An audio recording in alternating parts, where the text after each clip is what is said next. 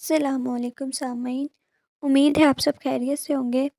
تو سامعین، جیسے کہ آپ کو پتہ ہے ہم نے نمرہ احمد کا ناول مالا سٹارٹ کیا ہے، تو آج ہم سٹارٹ کریں گے حصہ اول کا بقیہ حصہ۔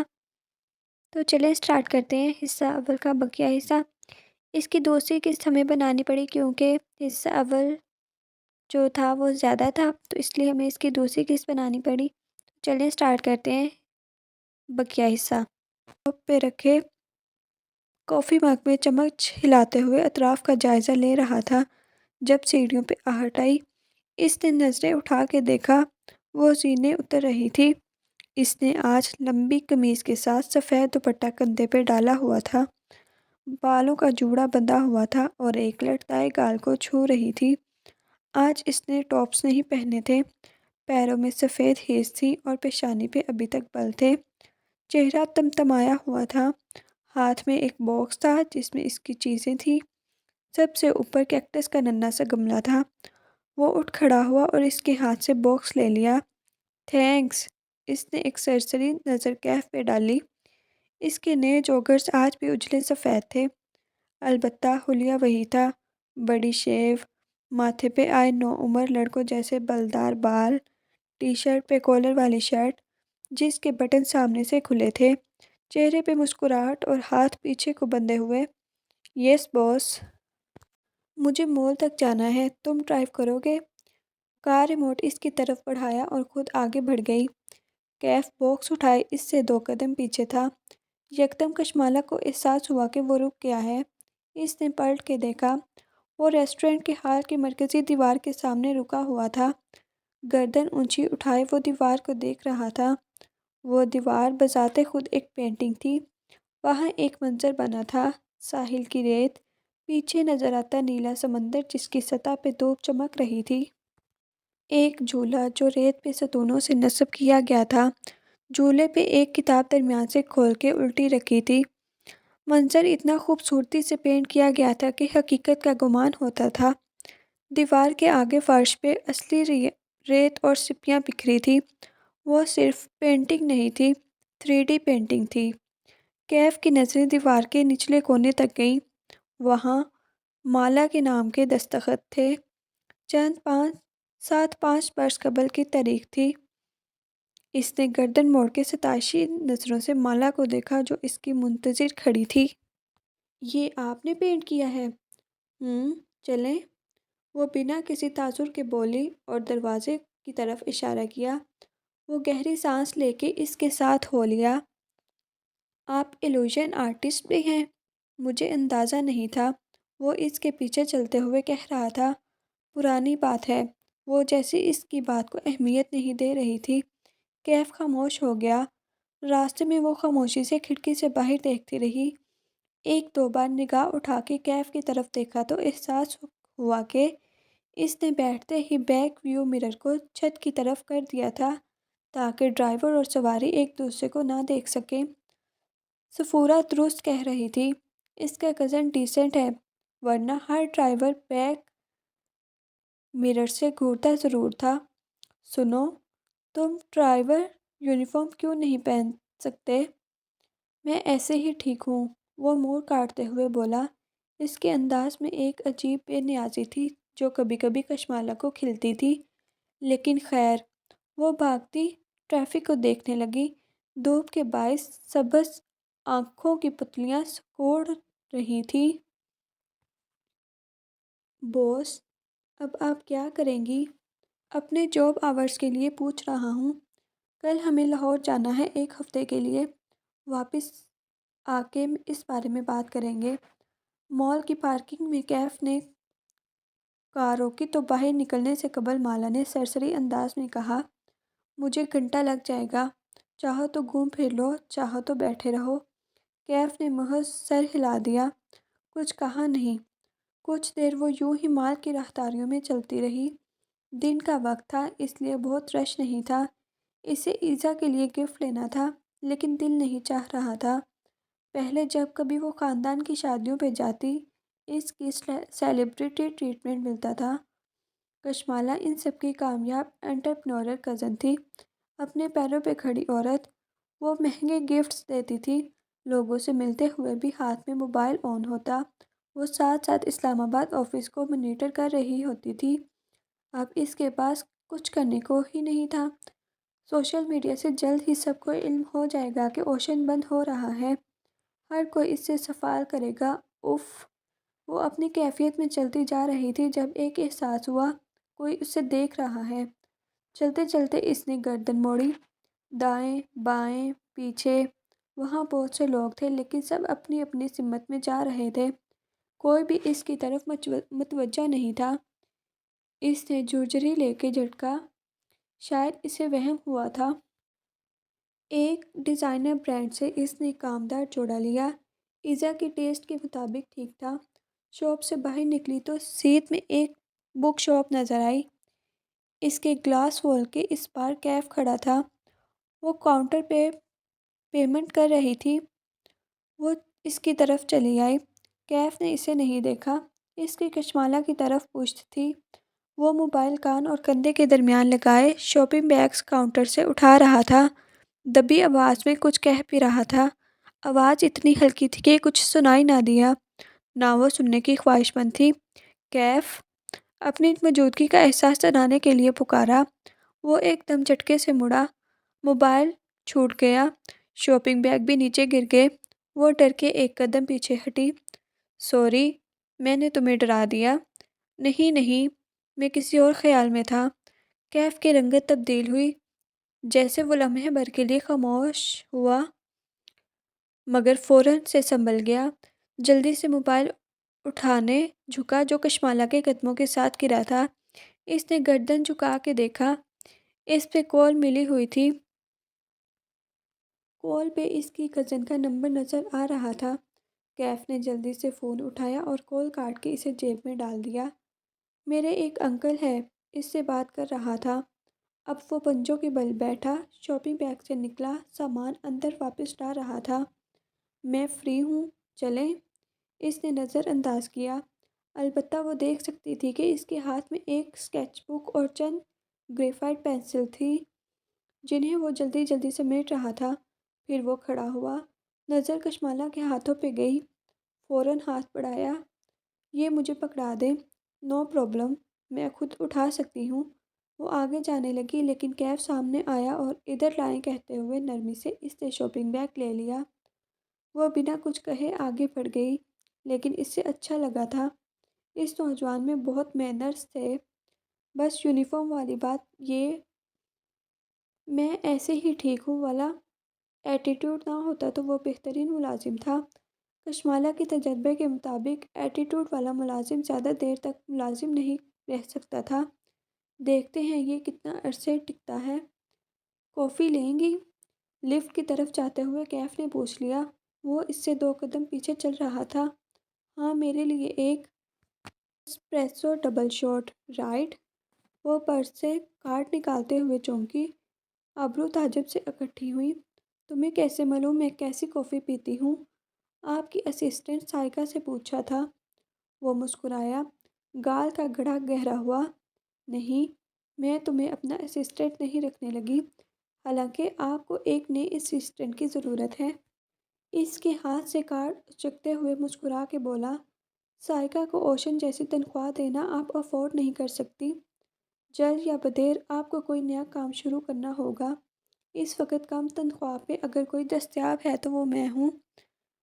کافی لاؤ، شاباش، ابرو سے اشارہ کیا۔ وہ مسکراتا ہوا آگے بڑھ گیا۔ کیف نے اسے گھر ڈراپ کیا تو وہ اسے صبح جلدی آنے کی ہدایت دیتے ہوئے کار سے نکلی۔ پھر شاپنگ بیگز کے لیے سیڑھیوں کی طرف بڑھ گئی۔ وہ وہیں گیٹ کے اندر کھڑا موبائل پہ اپنے لیے رائڈ بک کروانے لگا۔ اس وقت گھر پہ کوئی نہیں ہوتا تھا۔ مومانی ورکنگ وومن تھی، بچے اسکول کالج والے تھے۔ وہ بیگز لیے سیڑھیاں چڑھنے لگی، اوپر ٹیریس تک آئی تو رک گئی۔ بیگز وہیں فرش پہ رکھ دیے، گردن موڑ کے پیچھے دیکھا۔ وہ موبائل کان سے لگائے ادھر ادھر ٹہل رہا تھا۔ اسی پل چہرہ اٹھا کے اوپر دیکھا، کشمالہ کے چہرے کی پریشانی بھانپ کے وہ الرٹ سا ہوا۔ موبائل نیچے کیا اور سوالیہ انداز میں ابرو اٹھائے۔ ادھر آؤ، اس نے 2 انگلیوں سے اوپر آنے کا اشارہ کیا۔ وہ تیزی سے اندر آیا، سیڑھیاں دو دو کر کے پھیلانگی انداز جو کرنا تھا۔ ٹیرس کے دہانے پہ آ کے وہ رک گیا، نظریں فرش سے ہوتی ہوئی داخلی دروازے تک اٹھتی گئیں۔ تم نے پوچھا تھا نا میرے پچھلے گارڈز جاب کیوں چھوڑ جاتے ہیں؟ یہ ہے اس کی وجہ۔ کشمالہ نے فرش کی طرف اشارہ کیا۔ سیڑھیوں کے اختتام پہ خون پڑا تھا، بہت سا خون، جیسے کسی نے پیالہ بھر کے انڈیل دیا ہو۔ خون کے چھینٹے دیوار پہ بھی آئے ہوئے تھے اور وہ ابھی تک گیلا تھا۔ کیا یہ پہلے بھی کبھی ہوا ہے؟ وہ احتیاط سے پیر بچاتے ہوئے اوپر آیا، پھر ایک جگہ اکٹھے ہوئے گیلے خون کے ساتھ پنجوں کے بل بیٹھا، گردن جھکا کے غور سے اسے دیکھا۔ ایک گارڈ نے اسی وجہ سے جاب چھوڑی تھی اور دوسرے نے اس لیے کہ کسی نے پتھر مار کے میری کار کا شیشہ توڑ دیا تھا، اور تیسرا، وہ گردن جھکائے خون کا معائنہ کر رہا تھا۔ اس کو میں نے خود نکالا تھا، اسموکنگ کرتا تھا۔ اس نے بے چینی سے خون آلود فرش کو دیکھا، عجیب وحشت ہو رہی تھی اور سب دیکھ کے پھر اس نے دیکھا پنجوں کے بل زمین پہ بیٹھا کیف خون کی طرف انگلی بڑھا رہا ہے۔ ہاتھ مت لگاؤ اسے، پتہ نہیں کس کا خون ہے۔ کیف نے آنکھیں اٹھا کے اسے دیکھا، بولا کچھ نہیں، واپس سر جھکایا اور دو انگلیاں خون میں ڈبوئیں، پھر سرخ پوروں کے چہرے کے قریب لا کے سونگھا۔ اس کے بعد اسے انگوٹھے اور انگلیوں کے درمیان مسلا، جیسے کپڑا مسل کے چیک کرتے ہیں۔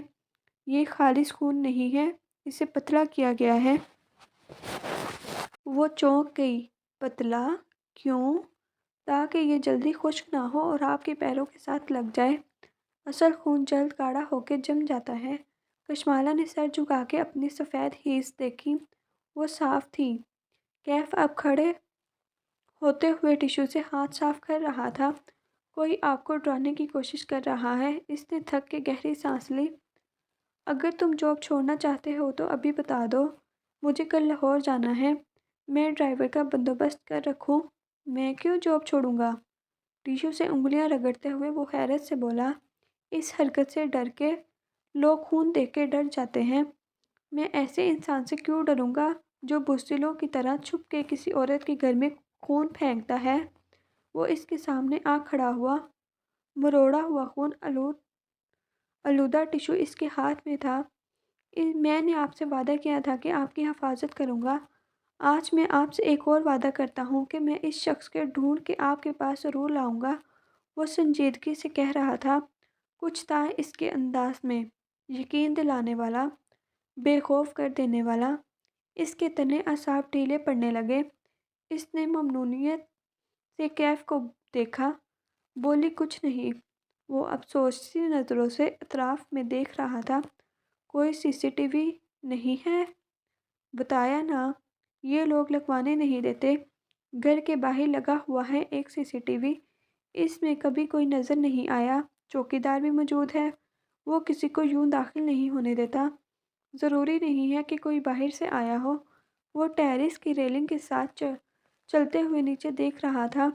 گھر کے کسی ملازم کو پیسے دے کر بھی یہ کام کروایا جا سکتا ہے۔ ناممکن۔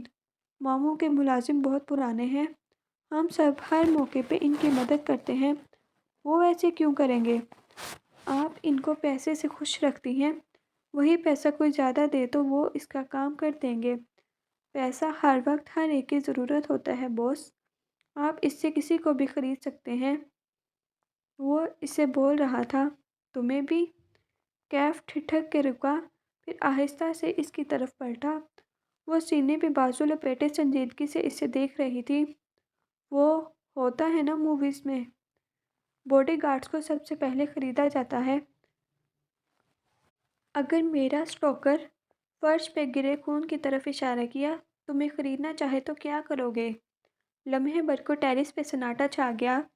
آپ کسی سے پوچھیں کہ وہ بک سکتا ہے تو وہ کہے گا نہیں، میں بھی یہی کہوں گا۔ وقت کے ساتھ آپ کو خود اندازہ ہو جائے گا۔ وہ ہلکا سا مسکرا دی، میں مذاق کر رہی تھی۔ تم جاؤ، تمہاری رائڈ آ گئی ہے۔ نیچے ابر بائک پہنچ چکا تھا۔ کیف نے بائیکر کو اشارہ کیا، پھر واپس اس کی طرف پلٹا۔ آپ پریشان تو نہیں ہیں؟ یعنی اس خون سے؟ نہیں، اس نے نفی میں سر ہلا کے کندھے اچکائے، اب مجھے عادت ہو گئی ہے۔ اور تم نے کہا نا وہ مجھے ماننا نہیں چاہتا، لیکن جب وہ چلا گیا تو مالا کو احساس ہوا کہ خون دیکھ کے اسے ایک دفعہ پھر سے وحشت شروع ہو گئی تھی۔ وہ جوتے بدل کے آئی اور فرش صاف کرنے میں جت گئی۔ پہلے خون صاف کیا، پھر پائپ لگا کے فرش دھو دیا۔ جب تھک ہار کے لاؤنج میں واپس آئی تو مغرب اتر رہی تھی۔ آج پھر سے کسی نے ٹیرس پہ خون پھینکا ہے۔ ماہی کو میسج لکھا، پھر مٹا دیا، پھر لکھا، پھر مٹا دیا، پھر تیسری دفعہ لکھ کے سینڈ کر دیا۔ کینیڈا کے شہر چلیویک میں ماہپینا اور عباد کے گھر کا واحد بیڈ روم خاموشی میں ڈوبا تھا۔ ماہی کروٹ کے بل سو رہی تھی۔ جب میسج ٹون سے اس کی آنکھ کھلی، وہ ایک دم اٹھ بیٹھی۔ بدوقت پلٹ کے دیکھا، عباد گہری نیند سو رہا تھا۔ ماہی نے چھوٹے بال کانوں کے پیچھے کیے اور فون اٹھا کے کھولا۔ چہرہ موبائل کی نیلی روشنی سے روشن ہو گیا۔ میسج پڑھ کے اس کی آنکھوں میں فکر مندی اتر آئی۔ انگلیاں ٹائپ کرنے لگی۔ اٹس ہم لکھ کے بھیج دیا۔ پھر دبے قدموں وہ لحاف تلے سے نکلی۔ اس نے آدھی آستین کا گاؤن پہن رکھا تھا، بال کھلے تھے۔ وہ ننگے پیر لکڑی کے فرش پہ چلتی دروازے تک آئی۔ ذرا سے چلنے پہ بھی آہٹ سنائی دیتی تھی۔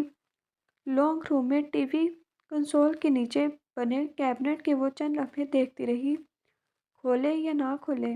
پھر اس نے کونے والی کیبنٹ کھولی، جھک کے اندر سے ایک اسکیچ بک نکالی اور سیدھی ہوئی۔ اسکیچ بک کے درمیان میں کہیں گرافائٹ پینسل رکھی تھی۔ ماہی نے پینسل والے صفحے کو کھولا، وہاں ایک تصویر بنی تھی۔ وہ چند لمحے اس تصویر کو دیکھتی رہی۔ مالا کے ساتھ جو کچھ ہو رہا تھا اس کا ذمہ دار یہ چہرہ تھا۔ اس کی آنکھیں، اس کی فاتحانہ مسکراہٹ، وہ اس چہرے کو بنا پلک جھپکے دیکھ رہی تھی۔ عجیب بے بسی اور نفرت کا احساس ہو رہا تھا۔ اس نے اسکیچ بک واپس رکھ دی، پھر دیوار پہ نصب گھڑی کی طرف دیکھا۔ فجر کا وقت ہونے کو تھا۔ وہ مالا کے لیے کچھ نہیں کر سکتی تھی، کیونکہ مالا اس کی نہیں سنتی تھی، کوئی ماہی کی نہیں سنتا تھا۔ وہ صرف دعا کر سکتی تھی۔ وہ دعا کرے گی اور سب ٹھیک ہو جائے گا۔ ماہی کی دعائیں عموماً قبول ہوا کرتی تھی، یہ بھی ہوگی۔ وہ خود کو تسلی دیتے ہوئے وضو کرنے چل دی۔ کیف اگلی صبح فجر ہوتے ہی اسے لینے آ گیا تھا۔ پہلے اس نے مالا سے دوبارہ اس کا ٹیرس دیکھنے کی اجازت مانگی۔ چوکیدار اس نوجوان کو اوپر جاتے دیکھ کے گھورتا رہا، لیکن اس نے پرواہ نہیں کی۔ ہر طرف سے ٹیرس کا جائزہ لیا، پھر گھر کے لاکس چیک کیے، کھڑکیوں کا جائزہ لیا۔ جب مطمئن ہوا تو نیچے آیا اور ان کا سفر شروع ہوا۔ وہ لانگ روڈ پہ ڈرائیو نہیں کرتی تھی کیونکہ کر نہیں سکتی تھی، اسے متلی ہوتی تھی، اس لیے وہ پچھلی سیٹ پہ کھڑکی سے سر ٹکا کے سونے کی کوشش کرنے لگی۔ چلنے سے قبل اس نے ماں کو میسج کر دیا تھا۔ اب ہر گھنٹے بعد ماں کا میسج آتا تھا، کہاں پہنچی ہو اور خیریت سے سفر گزر رہا ہے؟ وہ مسکرا کے جواب دیتی اور فون رکھ کے آنکھیں بند کر لیتی۔ وہ بھی خاموشی سے ڈرائیو کر رہا تھا۔ کچھ لیں گی آپ؟ قیام الطعام اسٹیشن پہ کار اندر لے جاتے ہوئے کیف نے پوچھا۔ جواب نہیں آیا تو اس نے گردن موڑ کے دیکھا۔ وہ سر سیٹ کی پشت سے ٹکائے آنکھیں بند کیے ہوئے تھی، سر قدرے ترچھا پڑا تھا۔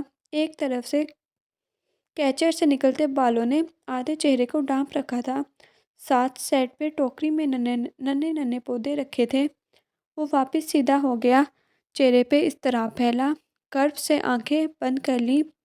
اب بھی وقت تھا، وہ اس کو سب کچھ بتا سکتا تھا، وہ یہاں کیوں ہے اور اس کو کیسے دھوکہ دے رہا ہے۔ وہ یہ ڈیزرو نہیں کرتی تھی کہ وہ اسے دھوکہ دے، اس میں اور ظہیر میں فرق ہونا چاہیے تھا۔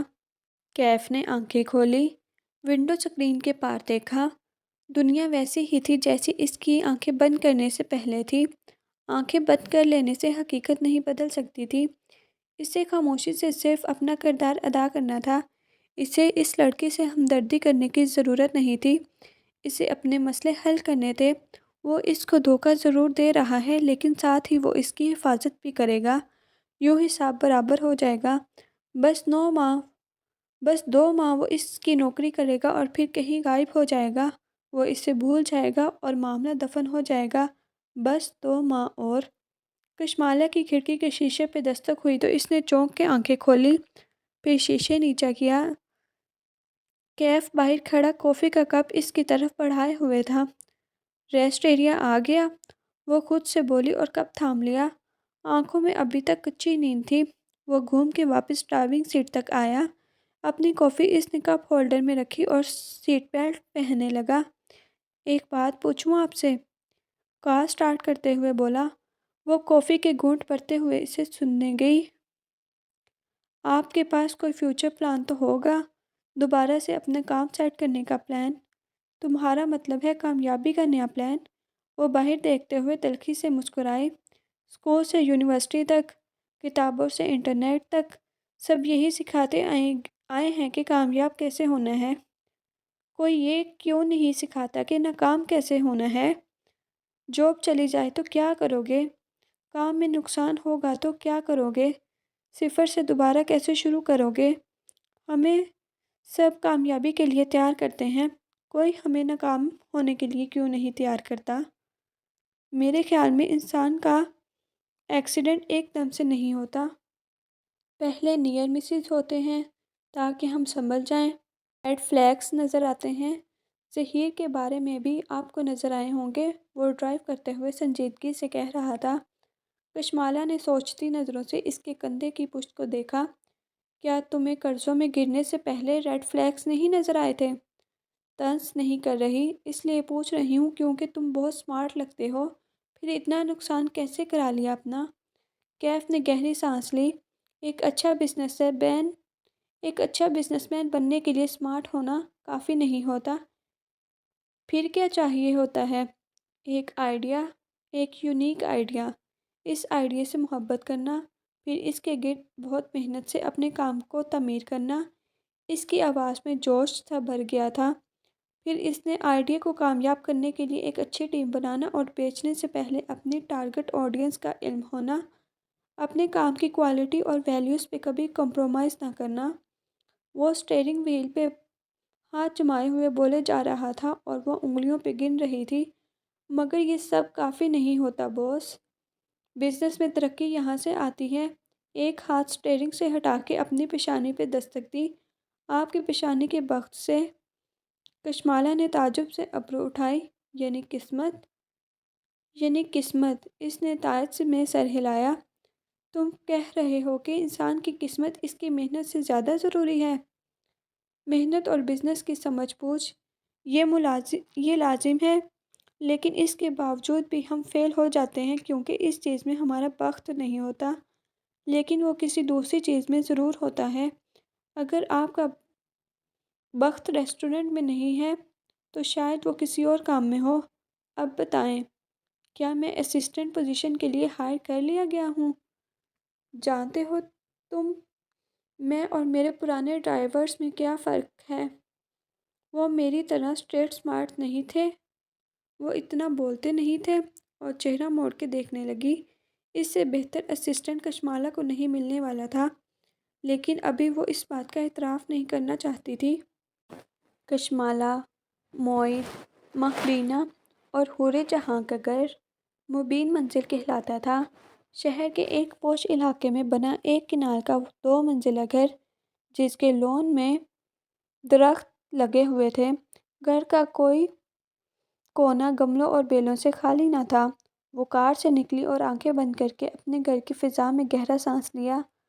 کہتے ہیں انسان محبت اور سکون کی تلاش میں ساری دنیا کا سفر کرتا ہے، مگر وہ اس کے گھر پہ اس کا منتظر ہوتا ہے۔ سلیم گیٹ بند کر کے اس کی طرف آیا تو اس نے کیف کی طرف اشارہ کیا، جو کار ٹرنک سے اس کا سامان نکال رہا تھا۔ یہ میرا ڈرائیور ہے کیف، اس کو اس کا کمرہ دکھا دو اور کھانا کھلا دو۔ پھر وہ آگے آئی، داخلی دروازہ کھولا۔ سامنے راہداری تھی جو لاؤنج میں کھلتی تھی، برسوں پرانی عادت تھی۔ اسے معلوم تھا جب وہ راہداری کا کونا مڑے گی تو ایک تخت نظر آئے گا، اس تخت پہ ماں بیٹھی ہوں گی۔ کشمالہ کے قدم آگے بڑھے، راہداری کا کونا عبور کیا اور سامنے وہی پرانا منظر نظر آیا۔ لاؤنج میں صوفے بھی تھے لیکن حور جہاں بیگم تخت پہ بیٹھی تھی، ایک ٹانگ سیدھی لمبی کیے، دوسری اندر کی طرف موڑے۔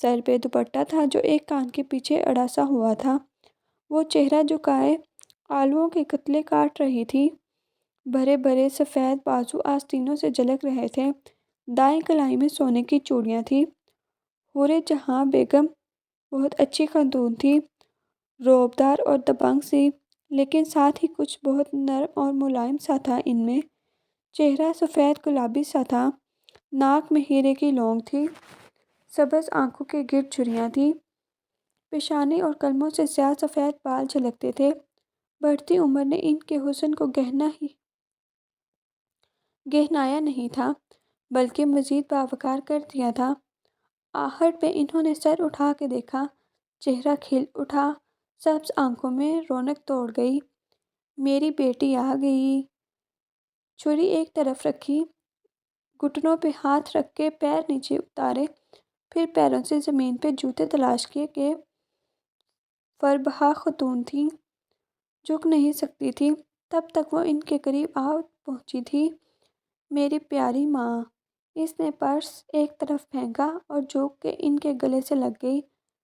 ماں کافی بوڑھی تھی، وہ ان کے مقابلے میں دبلی پتلی سی تھی۔ ماں نے اس کا چہرہ دونوں طرف سے چوما، ان کے چہرے پہ اتنی خوشی تھی کہ بیان سے باہر تھی۔ میری بیٹی کیسی ہے؟ اچھا کیا واپس آ گئی۔ اس سے الگ ہو کے اس کا چہرہ دیکھ کے بولی، اس زہیر کو تو چھوڑیں اس کو ماں۔ وہ ماں سے الگ ہو کے نرمی سے بولی، پھر دیکھا ساتھ چوکی پہ بخت بھی بیٹھی تھی، وہ جھک کے اس سے بھی ملی۔ بخت بھی ادھیڑ عمر عورت تھی، بالوں میں تیل لگا کے کس کے چوٹی بنائے، وہ کانوں میں سنہری بالیاں پہنے ہوئے تھی۔ وہ مالا کو ملی تو بے اختیار دعا دی۔ بخت بھی جب ملتی ایسی ہی دعائیں دیا کرتی تھی۔ بخت بھی کتنے برسوں سے ان کی ملازمہ تھی، اب تو مالا کو گنتی ہی بھول گئی تھی۔ بس اتنا دیا یاد تھا کہ اس کا شوہر مرا تھا تو وہ 5 بچوں کے ساتھ ان کے سرونٹ کوارٹر میں آئی تھی۔ اب اس کے بچے جوان ہو کے اس آشیانے سے اڑ چکے تھے۔ ایک بیٹا سلیم چوکیدار بھی تھا اور سودا سلف بھی لاتا تھا۔ باقی بیٹیوں کی شادی ہو گئی، لیکن بخت بیوی اور ماں کا ساتھ قائم تھا۔ سفر ٹھیک گزرا؟ راستے میں متلی تو نہیں ہوئی؟ وہ ماں کے کندھے سے سر ٹکائے بیٹھی تھی اور وہ اس کے بال کان کے پیچھے اڑس رہی تھی۔ نہیں ماں، ڈرائیور ساتھ لائی ہوں۔ طبی راہداری میں آہٹ ہوئی۔ ماں نے چونک کے دیکھا، کیف ہاتھ میں ٹوکرے لیے کھڑا تھا۔ وہ سیدھی ہو کے بیٹھی، پلانٹس کہاں رکھوں؟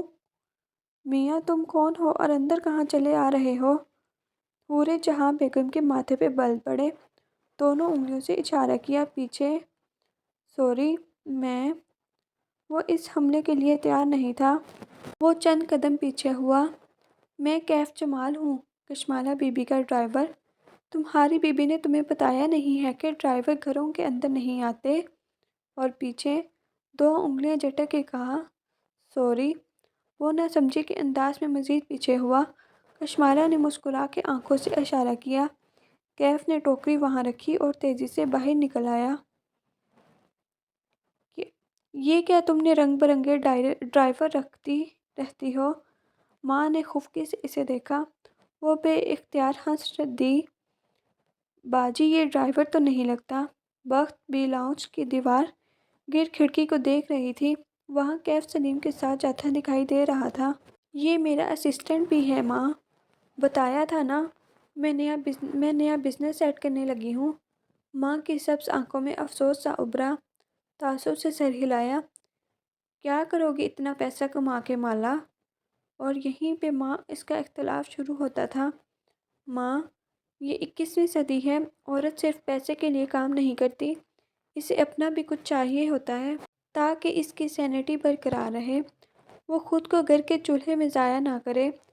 حور جہاں بیگم کی طرح ماں کے کان کے پاس شرارت سے جھکی، ان کی آنکھوں میں خفگی اتری۔ پرے بدتمیز، تمہیں لگتا ہے میں نے خود کو ضائع کیا؟ سر جھٹک کے چھری اٹھا لی اور آلو کے کھٹ کھٹ ٹکڑے کرنے لگی۔ اب پروٹوکول ختم تھا، مالا اب تم پرانی ہو چکی تھی۔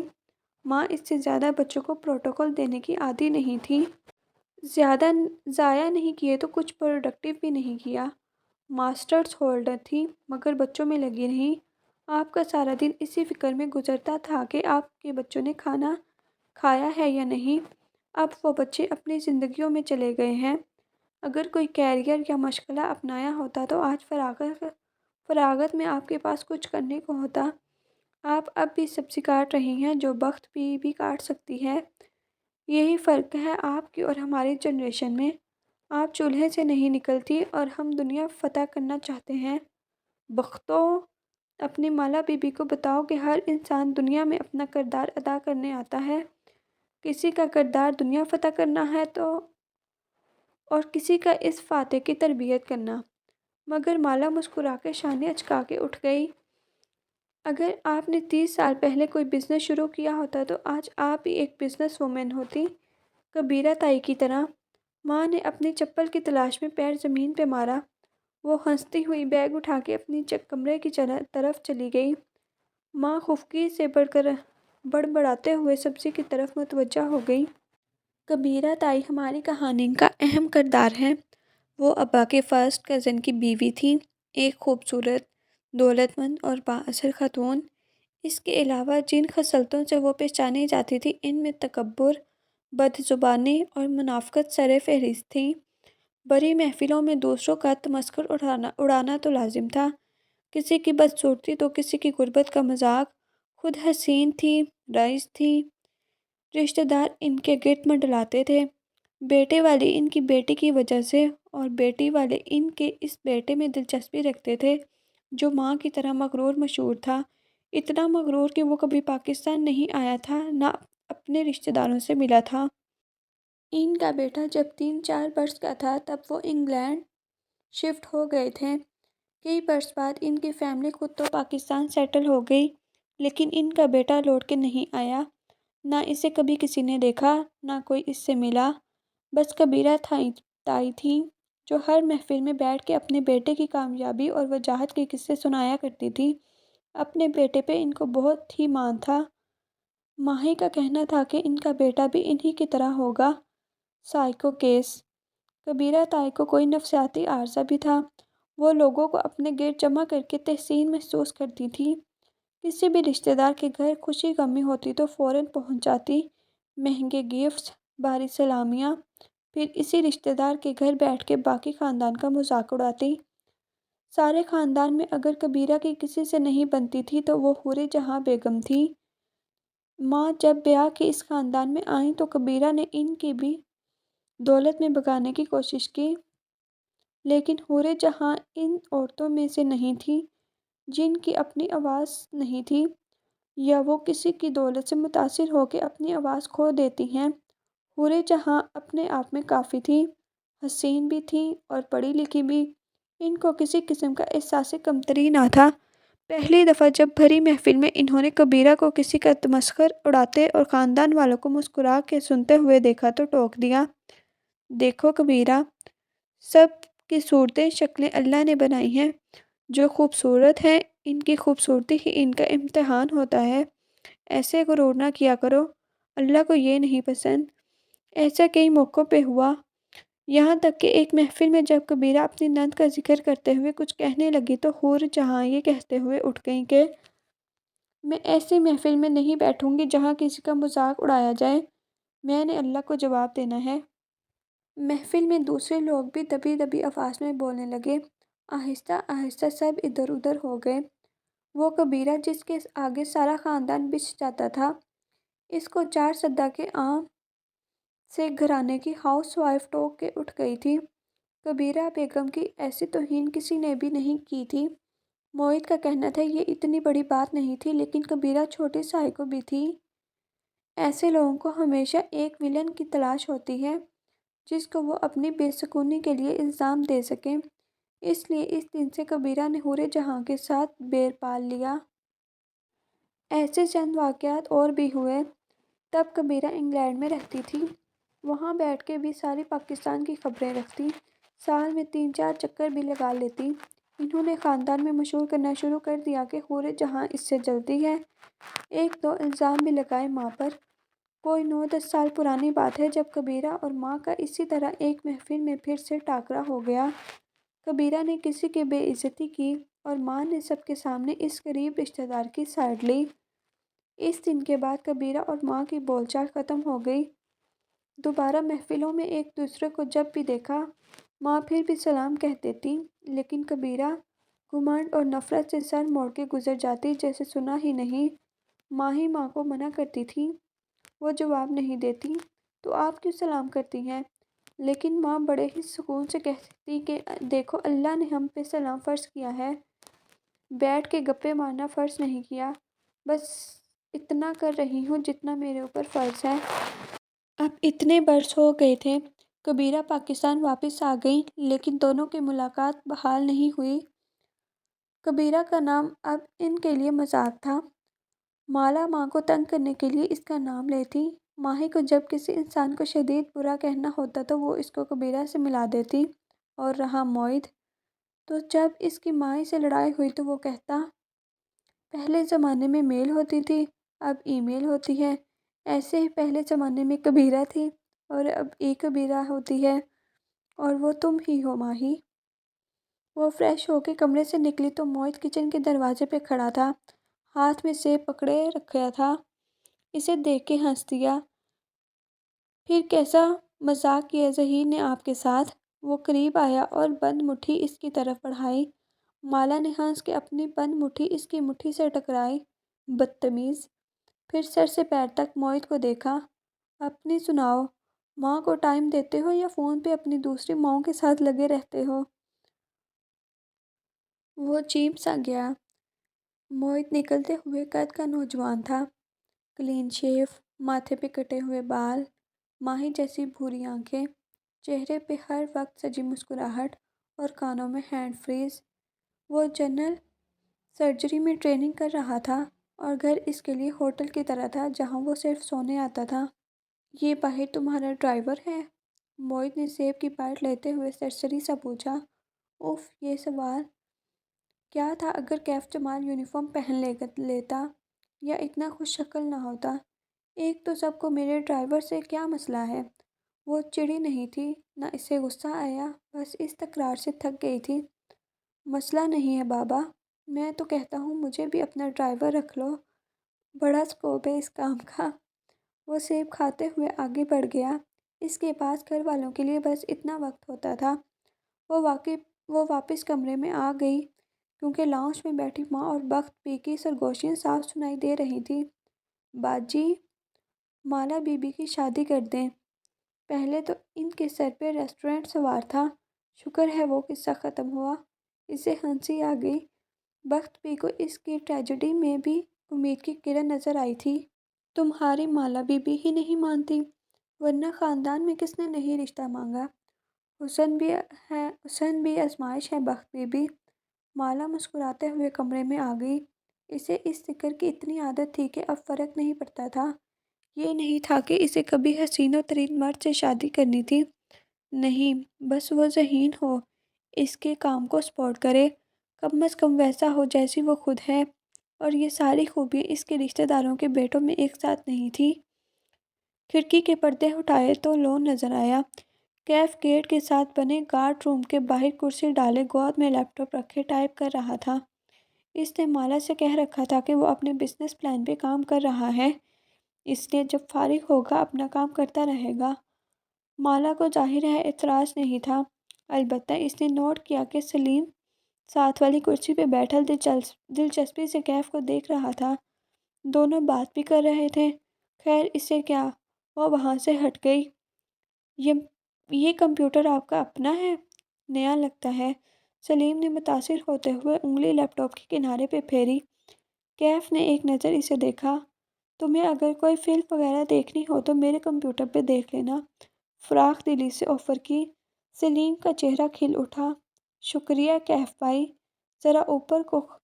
ذرا دیر کو خاموشی کا وقفہ آیا۔ گھر میں کون کون ہوتا ہے؟ ٹائپ کرتے ہوئے سرسری سے سوال کیا۔ موعد بھائی اور بڑی باجی، سلیم جوش سے بتانے لگا۔ پہلے بڑی باجی کی چھوٹی بہن بھی یہاں رہتی تھی، مالا بی بی کی خالہ، وہ بیمار تھی، محتاج تھیں، بڑی باجی نے ان کی بڑی خدمت کی، میری امی کے ہاتھوں میں ہی وہ فوت ہوئی۔ بڑی باجی کے سارے بچوں کی شادی ہو گئی ہے؟ نہیں، صرف ماہی باجی کی ہوئی ہے، وہ کینیڈا ہوتی ہیں۔ سلیم کینیڈا کو کنیڈا کہتا تھا۔ اچھا، مالا بی بی کی بھی منگنی ہوئی ہے؟ اسے تعجب ہوا۔ وہ سب سے بڑی ہے نا؟ ان کو شادی کا شوق نہیں ہے جی، وہ بس اپنا کام کرتی رہتی ہیں۔ سلیم کو اس کے علاوہ کوئی وجہ سمجھ نہیں آئی۔ کیف کے ٹائپ کرتی انگلیاں رک گئیں۔ وہ سوچتی نظروں سے اسکرین کو دیکھنے لگا۔ یہ ممکن نہیں تھا۔ اس کا خیال تھا اس کی کوئی منگنی وغیرہ تو ہو چکی ہوگی، شاید ہو کے ختم ہو گئی ہو، لیکن ایسا نہیں تھا۔ یا شاید کچھ اور تھا جو اسے چبھا رہا تھا۔ چند دن پہلے تک کشمالہ مبین اس کا ایک ٹارگٹ تھی جس کے پاس اسے نوکری کرنی تھی۔ وہ اکیلی تھی، کام، ریسٹورنٹ، گھر، لیکن آج اس نے کچھ اور دیکھا تھا۔ وہ اب صرف ایک ٹارگٹ نہیں تھی، اس کی فیملی۔ وہ اکیلی نہیں تھی۔ لاہور آنا پلان کا حصہ نہیں تھا، شاید یہ نہیں ہونا چاہیے تھا۔ رات تک وہ گھر سے باہر نہیں نکلی، بس کمرے میں پڑی سوتی رہی۔ کیف سے اس کی ملاقات بھی نہیں ہوئی۔ وہ اسے گویا یہاں لا کے بھول ہی گئی تھی۔ ڈرائیورز گھر کے اندر نہیں آیا کرتے تھے، ان کا داخلہ صرف ڈرٹی کچن تک محدود تھا۔ ان کے لاؤنج سے محل کا بڑا سا کچن کلین کچن کہلاتا تھا۔ کلین کچن سے ایک دروازہ چھوٹے سے ڈرٹی کچن میں کھلتا تھا اور ڈرٹی کچن سے ایک دروازہ باہر کی طرف، تاکہ ملازم یعنی سلیم باہر سے ہی ڈرٹی کچن میں آئے اور اپنا ناشتہ چائے وغیرہ بنا کے وہیں سے رخصت ہو جائے۔ ماں کو مرد ملازموں کا گھر کے اندر آنا پسند نہیں تھا۔ کھانا البتہ سب کا ماں خود بناتی تھیں۔ وہ کسی اور کے ہاتھ کا کھانا نہیں کھا سکتی تھی، البتہ اکثر اپنے ملازموں کی فرمائش پہ کھانے اور میٹھے بنایا کرتی تھی۔ ماہی کہتی تھی ماں نے ان کو ملازم نہیں رکھا، انہوں نے ماں کو مالک رکھا ہوا ہے۔ بخت بھی اور سلیم کا کمرہ بیسمنٹ میں تھا۔ بیسمنٹ کی سیڑھیاں گھر کے باہر سے تھیں تاکہ ملازموں سے پرائیویسی رہے۔ انہوں نے کیف کو بھی بیسمنٹ میں ایک کمرہ دے دیا تھا جسے اس نے چپ چاپ قبول کر لیا۔ صبح فجر پہ اس کی آنکھ لاؤنج میں ہوتی کھٹ پٹ پہ کھلی۔ اس سے معلوم تھا یہ ماں ہوں گی۔ ماں فجر خوب شور کے پڑھا کرتی تھی تاکہ ان کے بچوں کی نیند ایسے خراب ہو کہ وہ دوبارہ سو نہ سکیں۔ اسلام آباد میں نمازیں اوپر ہو جایا کرتی تھی، لیکن لاہور میں مجال تھی کہ ایسا ہو۔ وہ نماز پڑھ کے جائے نماز میں بیٹھی اور سوچا کہ کیا دعا مانگے۔ اسے اس وقت سب سے زیادہ کیا چاہیے تھا؟ نیا بزنس۔ وہ دوبارہ سے بے روزگار ہو جائے۔ جب اس کو نیا بزنس مل جائے گا، اپنے پیروں پہ کھڑی ہو جائے، اور اب سے کوئی مرد اسے زحیر کی طرح دھوکہ نہ دے سکے۔ دعا مانگ کے وہ اٹھی اور جمائے لیتے ہوئے کھڑکی کے سامنے آئی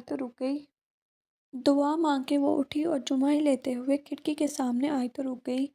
اندھیر لان میں گارڈ روم کے سامنے وہ گھاس پہ جائے نماز ڈالے کوئی بیٹھا تھا۔ یہ شاید نماز پڑھ چکا تھا، اب بس یوں ہی سر جھکائے بیٹھا تسبیح کے دانے گرا رہا تھا۔ اسے بہت عجیب لگا، مانا کہ بہت سے لڑکے لاپرواہ اور مغربی حلیے کے باوجود نمازیں پڑھتے ہیں، لیکن تسبیح؟ اسے نہیں یاد اس نے کبھی کسی نوجوان کے ہاتھ میں تسبیح پکڑے دیکھا ہو۔ وہ خود بھی تسبیحوں کی عادی نہیں تھی، وقت ہی نہیں ملتا تھا۔ کیف جمال تسبیح پڑھتا تھا؟ عجیب بات تھی۔ کیف بخت بھی جب اس کے کمرے میں کافی لائیں تو اسے حیرت ہوئی۔ آپ کو کب سے کافی بنانی آ گئی؟ اس موئے ڈرائیور نے بنائی ہے۔ میں نے اسے چائے کی چیزیں پکڑائیں تو بابو آگے سے بولا، میں چائے نہیں پیتا، مجھے کافی میکر دو۔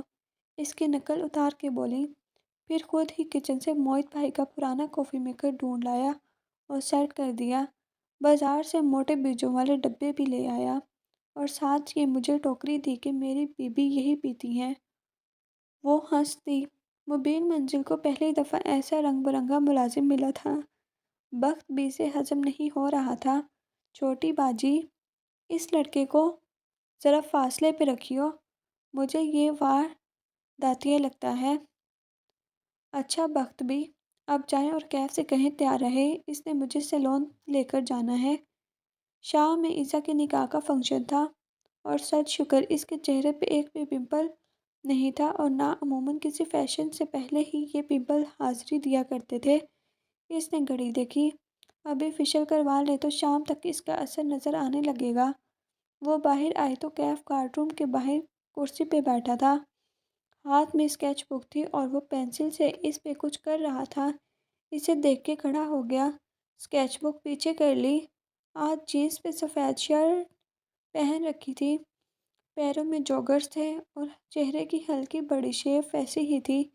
کیا کر رہے ہو؟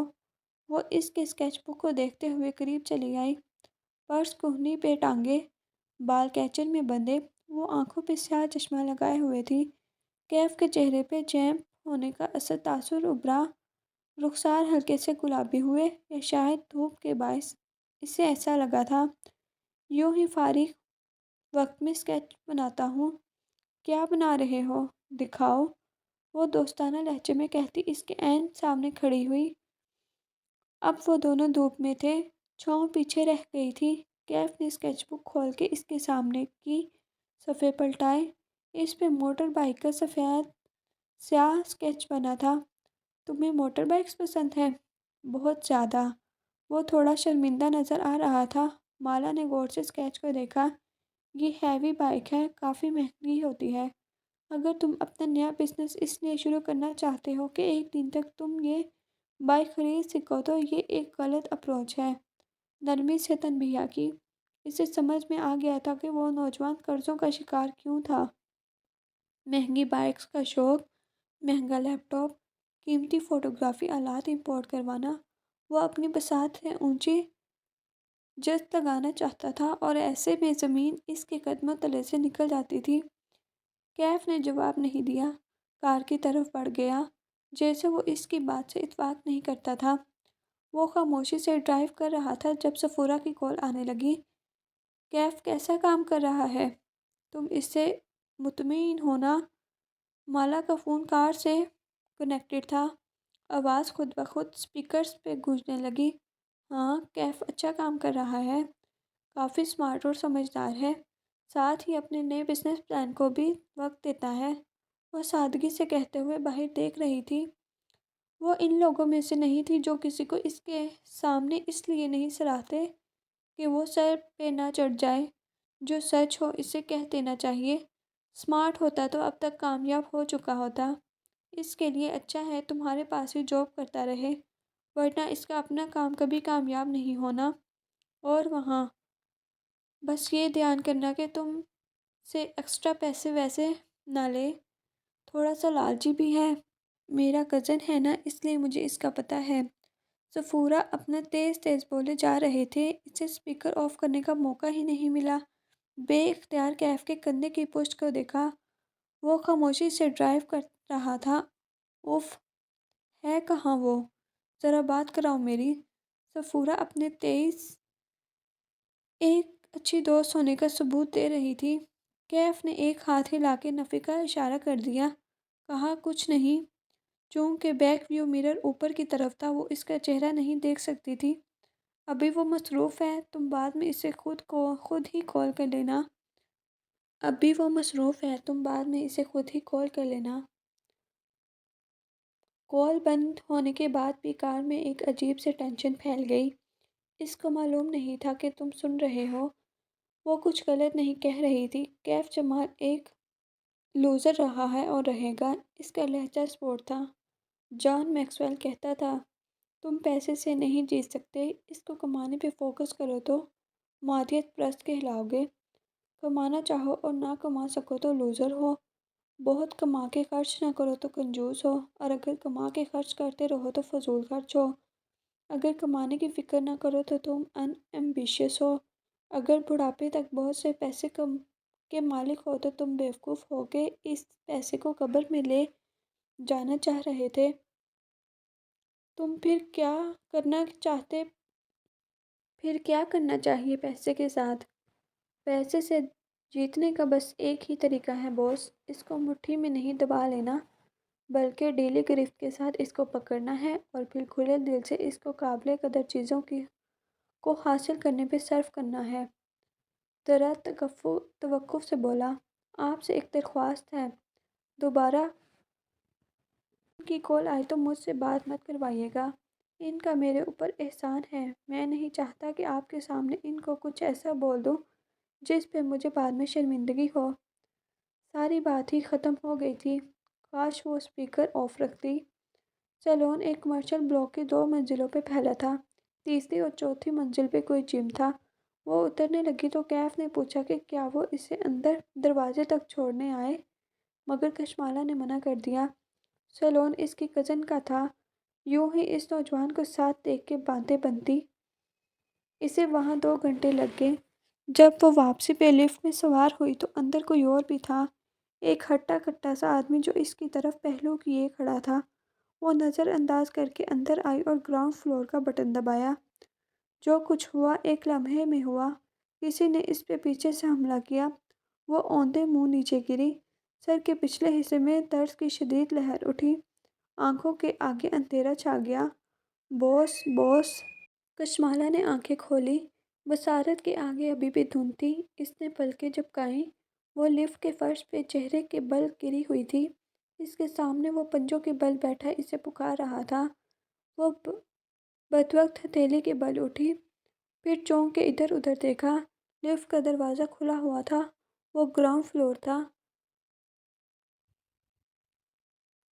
گارڈ باہر کی طرف کھڑا تھا اور کیف اس کے سامنے بیٹھا تھا۔ آپ ٹھیک ہیں؟ وہ فکرمندی سے پوچھ رہا تھا۔ اس کا ہاتھ بے اختیار سر کے پچھلے حصے کی طرف گیا، درد کی ٹیسیں ابھی تک اٹھ رہی تھی۔ کیا ہوا مجھے؟ اس نے الجھن سے ادھر ادھر دیکھا۔ لفٹ نیچے آئی تو آپ اندر بے ہوش تھی۔ گارڈ کو معلوم تھا کہ آپ کس کار سے نکلی تھی، اس لیے وہ مجھے بلا لایا۔ آپ کی طبیعت ٹھیک ہے؟ ہاں میں ٹھیک ہوں، چلو۔ وہ تکلیف برداشت کرتے ہوئے اٹھنے لگی، مگر ہوا کیا تھا؟ وہ تشویش سے اسے دیکھ رہا تھا۔ چلو نا، اس سے پہلے کہ لوگ جمع ہوتے وہ اٹھ کھڑی ہوئی، سر گھوم رہا تھا لیکن وہ بظاہر خود کو سنبھالے قدم اٹھانے لگی۔ پرس مجھے دیں۔ اس نے نرمی سے اس کے ہاتھ سے پرس لے لیا، پھر وہ گارڈ کے سامنے رکا، بٹوے سے 500 کا نوٹ نکال کے اسے تھمایا، اس کا شکریہ ادا کیا اور کشمالہ کے پیچھے چل دیا۔ کسی نے گارڈ کو روک کے پوچھا کہ کیا ہوا تھا؟ وہ ایک باجی سیلون آئی تھی، ان کی شاید طبیعت خراب ہو گئی تھی، میں ان کے شوہر کو پارکنگ سے بلا لایا۔ وہ قصہ بیان کر رہا تھا۔ سیدھے گھر چلو۔ اس کا سر شدید درد کر رہا تھا، سیٹ کے پشت سے اسے ٹکا دیا اور آنکھیں بند کر لی۔ پہلے مجھے بتائیں ہوا کیا تھا؟ وہ کہتے کہتے چونکا۔ کسی نے کچھ کیا ہے؟ میں ابھی دیکھتا ہوں۔ کیف نے تیزی سے سیٹ بیلٹ کھولی اور باہر نکلنے لگا جب مالا نے روکا۔ واپس بیٹھو کیف۔ انداز میں متحکم بھی تھا اور تکان بھی۔ یہ میری کزن کا سیلون ہے، یہاں تماشا نہیں بنانا، خاندان میں باتیں بنتی ہیں۔ مجھے بتائیں تو صحیح ہوا کیا ہے؟ وہ اس کی طرف رخ موڑ کے بیٹھا اور سنجیدگی سے پوچھا۔ ماتھے پہ بل تھے، آنکھوں میں غصہ بھی تھا۔ اسے جو یاد تھا بتا دیا۔ میں نے اس کا چہرہ دیکھا تھا مگر میں اس کو نہیں جانتی، اور لفٹ میں CCTV بھی نہیں تھا۔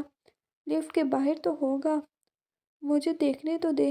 میرا کیا فائدہ آپ کو اگر میں چیزیں مینیج نہیں کر سکتا؟ اسے غصہ آ رہا تھا۔ یہ طے تھا کہ وہ نہ پولیس رپورٹ درج کروائے گی نہ شور ڈالے گی۔ میں نے کہا نا یہاں تماشا نہیں بنانا، گھر چلو، وہ تکان سے بولی۔ سر میں شدید درد ہو رہا تھا، اس آدمی نے اسے بہت زور سے مارا تھا۔ ٹھیک ہے، مگر میں واپس آؤں گا اور آپ کا نام لیے بغیر ان کے ریکارڈ ضرور نکلواؤں گا۔ کیسے کوئی یہاں پہ حملہ کر سکتا ہے؟ وہ ڈرائیو کرتے ہوئے برہمی سے کہہ رہا تھا۔ اس نے پہلے ہی دفعہ کیف کو غصے میں دیکھا تھا۔ جیسے وہ میرے گھر میں خون پھینکواتا ہے، ایسے ہی وہ مجھ پہ حملہ بھی کر سکتا ہے۔ اس نے اپنا چہرہ نہیں ڈھانپا ہوا تھا، اس لیے میرا نہیں خیال کہ وہ آپ کا تعاقب کر رہا تھا۔ کوئی کرائے کا آدمی ہوگا، مگر اس نے ایسا کیوں کیا؟ وہ سوچتے ہوئے کہہ رہا تھا۔ 1 منٹ اپنا پرس چیک کریں، کچھ مسنگ تو نہیں ہے؟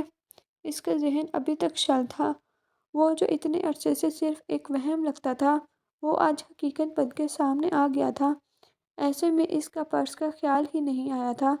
اس نے پرس کھولا اور اندر سے ایک ایک چیز نکال کے دیکھنے لگی۔ موبائل، بینک کارڈز، کیش سب ویسا ہی تھا۔ البتہ ایک چیز وہاں ایسی بھی تھی جو اس کی نہیں تھی۔ اس نے میرے بیگ میں کچھ رکھا ہے، وہ تعجب سے بولی تو کیف نے بیک ویو مرر کا رخ ٹھیک کیا اور اس کے عکس میں مالا کو دیکھا۔ وہ ایک سلور رنگ کا لائٹر الٹ پلٹ کر کے دیکھ رہی تھی۔ کوئی میرے بیگ میں سگریٹ لائٹر کیوں رکھے گا؟ مجھے دکھائیں۔ کوئی ریکارڈنگ ڈیوائس بھی ہو سکتی ہے۔ لیکن وہ نہیں سن رہی تھی۔ وہ لائٹر کی نچلی سائڈ کو اوپر اٹھائے کچھ دیکھ رہی تھی۔ وہ مجھے اپنا نام بتانا چاہتا ہے، وہ تلخی سے مسکرائے۔ لائٹر پہ اس کا نام لکھا ہے؟ واقعی؟ کیف کو حیرت ہوئی۔ موڑ کاٹتے ہوئے پوچھا، کیا لکھا ہے؟ کشمالہ نے لائٹر پہ لکھے 2 الفاظ پڑھے، ماہر فرید۔ اس نے ایک جھٹکے سے بریک لگائی، کار کے ٹائر چرچرائے۔ آرام سے کیف۔ لیکن وہ تیزی سے پیچھے گھما اور لائٹر کے اس کے ہاتھ سے لے لیا، پھر اسے اونچا اٹھا کے دیکھا۔ اس پہ واقعی انگریزی میں ماہر فرید لکھا تھا۔ کیف کا حلق خشک ہونے لگا۔ ناممکن! بالآخر مجھے میرے تعاقب کار کا نام معلوم ہو گیا ہے۔ کیف نے چہرہ موڑ کے اسے دیکھا۔ اس کا چہرہ گلابی سا ہو رہا تھا، سبز آنکھوں میں الجھن تھی، نہ سمجھی تھی۔ اس نے بہت سا تھوک خشک گلے سے نیچے اتارا۔ آپ کسی ماہر فرید کو جانتی ہیں؟ لہجہ سرسری بنایا۔ نہیں۔ کشمالہ نے گردن دائیں بائیں ہلائی۔ میں نے یہ نام ہی پہلی دفعہ سنا ہے۔ میں یہ لائٹر رکھ لوں؟ اس کو چیک کرنا ہوگا، اندر کوئی ریکارڈنگ ڈیوائس نہ ہو۔ کشمالہ نے اس بات میں سر ہلا دیا۔ وہ واپس کار سٹاپ کرنے لگا، البتہ اس کے چہرے کی رنگت اڑی اڑی سی تھی۔ گھر کے پورچ میں جب وہ کار سے نکلی تو وہ دیکھ سکتی تھی کہ وہ پریشان لگ رہا تھا۔ صفورہ تمہارے بارے میں غلط تھی۔ جو لوگ پیسے کے لالچی ہوتے ہیں وہ گارڈز کو ٹپ نہیں دیتے۔ وہ چونکا۔ اس حالت میں بھی وہ نوٹ کر گئی تھی۔ وہ پھیکا سا مسکرایا۔ آپ نے پیٹرول کے جو پیسے دیے تھے، اس میں سے دیا تھا۔ اس کے جانے کے بعد کیف کے تاثرات بدلے، چہرے پہ برہمی در آئی۔ اس نے فون نکالا اور اپنی کزن کی چیٹ کھولی۔ تم میرے ساتھ کوئی ڈبل گیم کھیل رہے ہو؟ یہ حرکت تمہاری ہے یا تمہارے آدمیوں کی ہے نا؟ انگلی تیزی سے ٹائپ کر رہی تھی۔ وہ شدید بے بسی محسوس کر رہا تھا۔ السلام علیکم سامعین، امید ہے آپ سب خیریت سے ہوں گے۔ تو سامعین، جیسے کہ آپ کو پتہ ہے ہم نے نمرہ احمد کا ناول مالا سٹارٹ کیا ہے، تو آج ہم سٹارٹ کریں گے حصہ اول کا بقیہ حصہ۔ تو چلیں سٹارٹ کرتے ہیں حصہ اول کا بقیہ حصہ۔ اس کی دوسری قسط ہمیں بنانی پڑی کیونکہ حصہ اول جو تھا وہ زیادہ تھا، تو اس لیے ہمیں اس کی دوسری قسط بنانی پڑی۔ چلیں سٹارٹ کرتے ہیں بقیہ حصہ۔ السلام علیکم سامعین، امید ہے آپ سب خیریت سے ہوں گے۔ تو سامعین، جیسے کہ آپ کو پتہ ہے ہم نے نمرہ احمد کا ناول مالا سٹارٹ کیا ہے، تو آج ہم سٹارٹ کریں گے حصہ اول کا بقیہ حصہ۔ تو چلیں سٹارٹ کرتے ہیں حصہ اول کا بقیہ حصہ۔ اس کی دوسری قسط ہمیں بنانی پڑی کیونکہ حصہ اول جو تھا وہ زیادہ تھا، تو اس لیے ہمیں اس کی دوسری قسط بنانی پڑی۔ چلیں سٹارٹ کرتے ہیں بقیہ حصہ۔ السلام علیکم سامعین، امید ہے آپ سب خیریت سے ہوں گے۔ تو سامعین، جیسے کہ آپ کو پتہ ہے ہم نے نمرہ احمد کا ناول مالا سٹارٹ کیا ہے، تو آج ہم سٹارٹ کریں گے حصہ اول کا بقیہ حصہ۔ تو چلیں سٹارٹ کرتے ہیں حصہ اول کا بقیہ حصہ۔ اس کی دوسری قسط ہمیں بنانی پڑی کیونکہ حصہ اول جو تھا وہ زیادہ تھا، تو اس لیے ہمیں اس کی دوسری قسط بنانی پڑی۔ چلیں سٹارٹ کرتے ہیں بقیہ حصہ۔ السلام علیکم سامعین، امید ہے آپ سب خیریت سے ہوں گے۔ تو سامعین، جیسے کہ آپ کو پتہ ہے ہم نے نمرہ احمد کا ناول مالا سٹارٹ کیا ہے، تو آج ہم سٹارٹ کریں گے حصہ اول کا بقیہ حصہ۔ تو چلیں سٹارٹ کرتے ہیں حصہ اول کا بقیہ حصہ۔ اس کی دوسری قسط ہمیں بنانی پڑی کیونکہ حصہ اول جو تھا وہ زیادہ تھا، تو اس لیے ہمیں اس کی دوسری قسط بنانی پڑی۔ چلیں سٹارٹ کرتے ہیں بقیہ حصہ۔ السلام علیکم سامعین، امید ہے آپ سب خیریت سے ہوں گے۔ تو سامعین، جیسے کہ آپ کو پتہ ہے ہم نے نمرہ احمد کا ناول مالا سٹارٹ کیا ہے، تو آج ہم سٹارٹ کریں گے حصہ اول کا بقیہ حصہ۔ تو چلیں سٹارٹ کرتے ہیں حصہ اول کا بقیہ حصہ۔ اس کی دوسری قسط ہمیں بنانی پڑی کیونکہ حصہ اول جو تھا وہ زیادہ تھا، تو اس لیے ہمیں اس کی دوسری قسط بنانی پڑی۔ چلیں سٹارٹ کرتے ہیں